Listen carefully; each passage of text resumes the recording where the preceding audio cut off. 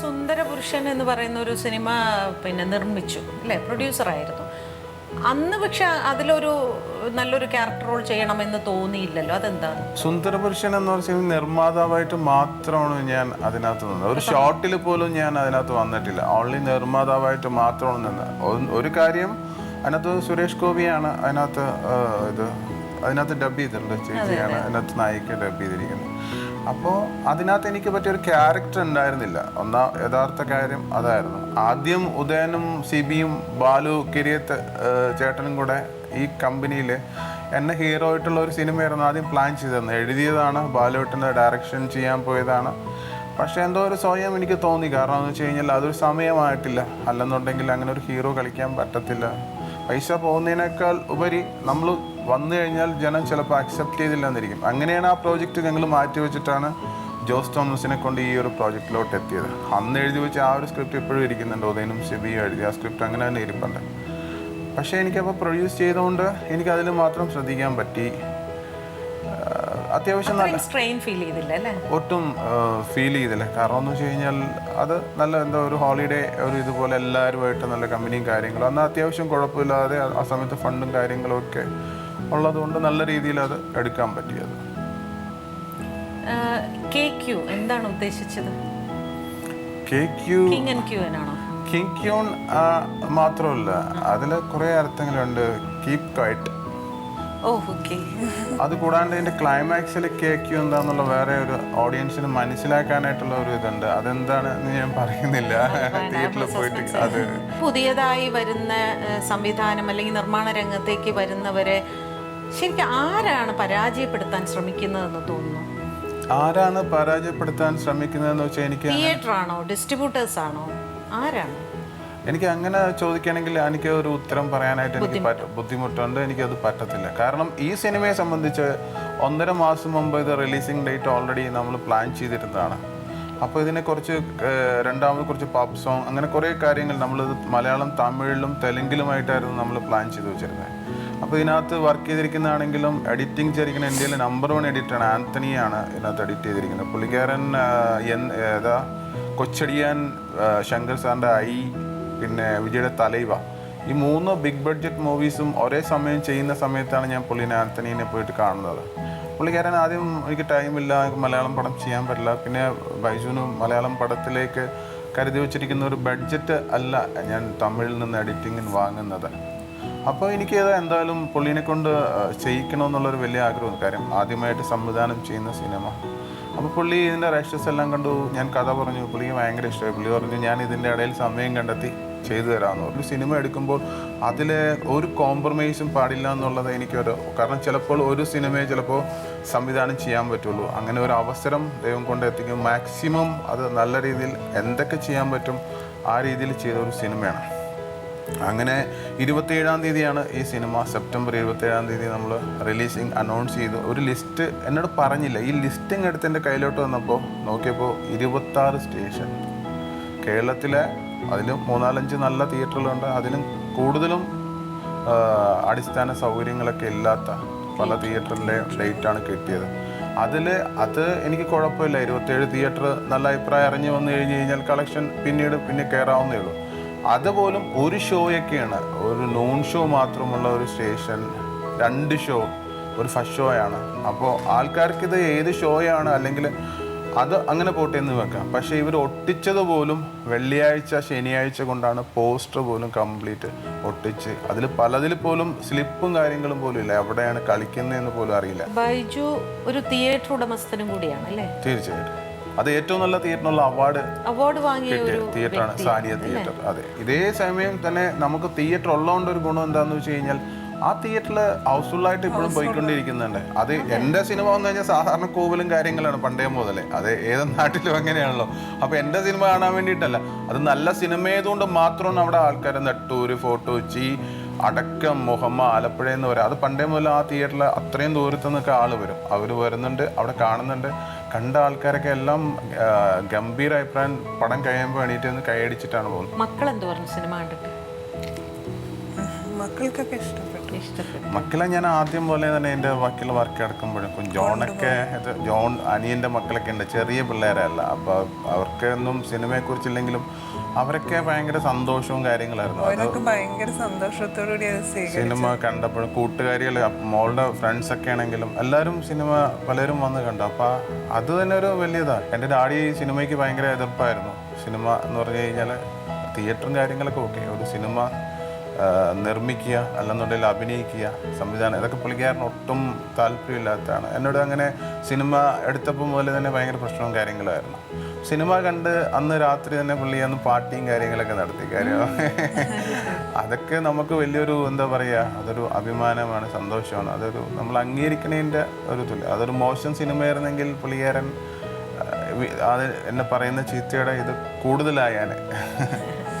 Cinema produce ചെയ്യാൻ ആണോ ആദ്യം തീരുമാനിച്ചത്, സംവിധാനം ചെയ്യാനാണോ ആദ്യം തീരുമാനിച്ചത്? ഈ സിനിമ എനിക്ക് കഥ എൻ്റെ കയ്യിലുണ്ടായിരുന്നു. ഈ കഥ ആരുടെ അടുത്തെങ്കിലും പറഞ്ഞിട്ട് ഇത് ചെയ്യണം. കഥയും ബൈജു എന്റെയാണ് കഥ, സംവിധാനം, നിർമ്മാതാവ് ഇവിടെയാണ്. നിർമ്മാതാവിലേക്ക് ഞാൻ എടുക്കുന്നില്ല. നിർമ്മാതാവ് നമുക്കറിയാം. അതുപോലെ ഇപ്പുറത്തിരിക്കുന്ന കാണാത്ത ഷാജി ശിവദാസൻ, ഇവർ രണ്ടുപേരുമാണ് നിർമ്മാതാവ്. ഈ പ്രോജക്റ്റിന്റെ ആദ്യം മുതലേ ഒരു ദൈവത്തിന്റെ ഭയങ്കരമായിട്ടുള്ള അനുഗ്രഹം. കാര്യം റീനി ഭയങ്കരമായിട്ട് പ്രാർത്ഥിക്കുന്നുണ്ട്, ഞാനും ഭയങ്കരമായിട്ട് പ്രാർത്ഥിക്കുന്നുണ്ട് രക്ഷപ്പെടണം. കാര്യം ഇത്രയും വർഷമായിട്ട് നിന്നിട്ട് രക്ഷപ്പെട്ടിട്ടില്ല സിനിമയിൽ. ഇതൊരു അവസരമായിട്ട് ദൈവം കൊണ്ട് തന്നപ്പോൾ അതേപോലെ എല്ലാ പ്രാർത്ഥനയും അത് സിനിമയുടെ ആദ്യം പോലെ തന്നെ അങ്ങനെയാണ്. നേരായ വഴികളിലൂടെ മാത്രമേ പോയിട്ടുള്ളൂ. ഒരു നെഗറ്റീവായിട്ടുള്ള രീതിയിലേക്കൊന്നും നമ്മൾ പോയിട്ടില്ല. ചിന്തകളാണെങ്കിൽ പോലും സിനിമയല്ലേ, പല ചിന്തകളൊക്കെ വരാം. പക്ഷെ അതിനെയൊക്കെ നമ്മൾ എപ്പോഴും പ്രാർത്ഥിച്ചുകൊണ്ടിരിക്കും, നല്ല വഴി ദൈവമേ തരണേ. അപ്പോൾ അങ്ങനെ ദൈവം തന്നാണ് ഒരു കഥ. അങ്ങനെ ഒരു കഥ കിട്ടി. ഞാൻ പിറ്റേ ദിവസം ചെന്നിട്ട് പാർവതി അമ്മയെടുത്ത് ഡ്രീംസിലാണ് ഭക്ഷണം കഴിച്ചുകൊണ്ടിരിക്കുന്നതിൻ്റെ കൂട്ടത്തിൽ ഞാനിതിൻ്റെ കഥ പറഞ്ഞു, കേക്കുവിൻ്റെ കഥ പറഞ്ഞു. കേക്കിൻ്റെ കഥ ആദ്യം കുറച്ച് ത്രെഡ് പറഞ്ഞാൽ മതി എന്ന് പറഞ്ഞ് അവർ പറഞ്ഞ് ഞാൻ ഫുൾ ആദ്യം മുതൽ അവസാനം വരെ പറഞ്ഞു. പാർവതി പറഞ്ഞു, ബൈജു സാറിൻ്റെ ഫിലിം ഞങ്ങൾ ചെയ്യുന്നു, ഞാൻ എൻ്റെ ഫസ്റ്റ് മലയാള സിനിമ ഇതാണെന്ന് പറഞ്ഞിട്ട് പാർവതി എന്ന് പറഞ്ഞു. അപ്പോൾ തന്നെ എനിക്ക് ശരി ഞാൻ ചെയ്യാമെന്ന് ചോദിച്ചു. അപ്പം ഞാൻ ഇതിനു മുമ്പ് അഭിനയിച്ച സിനിമകൾ നോക്കിയപ്പോൾ ചൂയിങ്കോണ് ലാസ്റ്റ് അഭിനയിച്ചിരിക്കുന്നത് എല്ലാം എഴുതി വെക്കുമായിരുന്നു. കുറച്ച് നാൾ മുതൽ എഴുതി വെക്കുമായിരുന്നു. കൂട്ടി നോക്കിയപ്പോൾ 49 സിനിമ ആണ് ചൂയിങ്കം. അങ്ങനെ 50ാമത്തെ സിനിമ കേക്കുമായി. അത് സംവിധാനം ചെയ്യാനും അതിനകത്തൊരു ഹീറോ ആവാനും പറ്റി എന്നുള്ളതാണ്. ചെറുപ്പത്തിലെ സിനിമ ഇഷ്ടമായിരുന്നു. ഞാൻ 5ാം ക്ലാസ്സിൽ പഠിക്കുമ്പോൾ എന്നെ ഇവിടെ നിന്ന് നാടുകടത്തി ബോർഡിങ്ങിലേക്ക്. എഴുപന്നേലായിരുന്നു എനിക്ക് ബോർഡിങ്. എൻ്റെ ലൈഫ് വേറൊരു ഇതിലേക്ക് പോയി. പക്ഷെ ഞാൻ അവിടെ ചെല്ലുമ്പോഴും എനിക്ക് അവിടെ ഒരു അച്ഛനുണ്ട്. അച്ഛൻ അവിടെ ഈ ബോങ്കസ്, ഹാർമോണി, അവിടെ പാട്ട് പഠിക്കും, പള്ളിയിൽ കോറിലൊക്കെ ആയിട്ട് പാടിപ്പിക്കും. ഏകാംഗ നാടകം, പാട്ടൊക്കെ ഉണ്ട്, അത്യാവശ്യത്തിന് പാട്ടും അപ്പോൾ സകല കലാവല്ലവനല്ല എങ്കിലും അത്യാവശ്യം പാട്ടും കാര്യങ്ങളൊക്കെ ഉണ്ട്. അപ്പോൾ അങ്ങനെ അവിടെ മുതലാണ് എനിക്ക് സിനിമയിലേക്ക് സിനിമ. അന്ന് അപ്പോൾ ജയൻ്റെ ഒക്കെ കാലഘട്ടങ്ങളാണ്. അപ്പോൾ അന്ന് ഞങ്ങൾ പിള്ളേർ തമ്മിൽ കോട്ടയം, പൊൻകുന്നം, പാല അങ്ങനെയുള്ള പിള്ളേരാണ്. എപ്പോഴും ഇതും പറഞ്ഞിട്ട് അങ്ങോട്ട്. അന്നും മമ്മൂക്ക എന്ന് പറയുന്നത് അന്ന് മമ്മൂക്കയുണ്ട്. അന്നും മമ്മൂക്കയുടെ വലിയ ഫാനാണ് ഞാൻ അന്നും. അപ്പോൾ അങ്ങനെയാണ് എനിക്ക് സിനിമയിലേക്കൊരു സംഭവം. പക്ഷേ സിനിമ അതൊക്കെ വിട്ടു. പക്ഷേ 8ാം ക്ലാസ്സിൽ പഠിക്കുമ്പോൾ എൻ്റെ വീടിനോട് ചേർന്നിട്ട് ആദ്യത്തെ തിയേറ്റർ, ഞങ്ങളുടെ ആദ്യത്തെ തിയേറ്റർ എഴുപുന്നരേഖ. എനിക്ക് തോന്നുന്നു കേരളത്തിൽ ഗ്രാമങ്ങളിലിരിക്കുന്നതിൽ ഏറ്റവും വലിയ തിയേറ്റർ, എല്ലാവിധ സൗകര്യങ്ങളും എല്ലാം ഉള്ള ഒരു ഗ്രാമത്തിരിക്കുന്ന തിയേറ്റർ എൻ്റെ ഫാദർ കൊണ്ടുവന്ന് വെച്ചാണ്. സിനിമയുടെ താല്പര്യം ഉള്ളതുകൊണ്ടാണ്. ബിസിനസ് മാത്രമായിട്ട് നോക്കിയതല്ല, അപ്പോൾ പുള്ളിക്കാരനും സിനിമയിൽ താല്പര്യം ഉണ്ടാവാം. അപ്പോൾ അത് വെച്ചു. 8ാം ക്ലാസ്സിൽ പഠിച്ചു കഴിഞ്ഞപ്പോൾ പിന്നെ എനിക്ക് ബോർഡിങ്ങിൽ ഞാൻ പഠിക്കുന്നത് മാന്നാനത്ത്. അപ്പോൾ അവിടുത്തെ ഒരു കുഴപ്പമെന്ന് പറഞ്ഞു കഴിഞ്ഞാൽ അവിടുന്ന് പോരണമെന്നുണ്ടെങ്കിൽ ഞാൻ തോറ്റാൽ മാത്രമേ എന്നെ അവിടുന്ന് വിടത്തുള്ളൂ, അല്ലെങ്കിൽ അവിടുന്ന് പോരാൻ പറ്റത്തില്ല. അങ്ങനെ മനപ്പുറം ഞാൻ ലാസ്റ്റ് എഴുതിയപ്പോൾ തോറ്റു, ഒന്നും എഴുതി വെച്ചില്ല. അങ്ങനെ അവരെന്നെ 8ാം ക്ലാസ്സിൽ പറഞ്ഞ് തോറ്റ പിള്ളേരെ ഇവിടെ പഠിപ്പിക്കില്ല. വളരെ സന്തോഷത്തോടുകൂടി ഞാൻ ഇവിടെ വന്നു. എഴുപന്നയിൽ വന്ന് എഴുപന്ന സ്കൂളിൽ ചേർന്നു.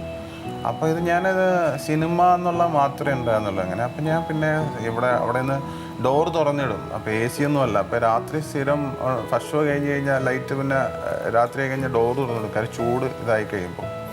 അപ്പോൾ ബുക്കെടുത്ത് തുറന്നാൽ കേൾക്കുന്ന ശബ്ദം മുഴുവൻ അവിടെ നിന്ന് തൊട്ടടുത്ത് തൊട്ടടുത്ത് ഇത്രയും വ്യത്യാസമുള്ളൂ. മതിലും വീടുമായിട്ട് ഇത്രയും വ്യത്യാസമുള്ളൂ. അപ്പോൾ അന്നേ മുതൽ തുടങ്ങിയാണ് സിനിമയിലേക്കുള്ള ആഗ്രഹം. പിന്നെ ഞാൻ ക്യാബിനിൽ കയറിയിട്ട് ഗ്ലാസിൻ്റെ ഡോറാണ്. അപ്പോൾ അതിനകത്ത് കയറിയിട്ട് സൗണ്ട് മ്യൂട്ട് ചെയ്ത് നോക്കും. ചെറിയ സ്പീക്കർ ഉണ്ട് അവിടെ കയറി.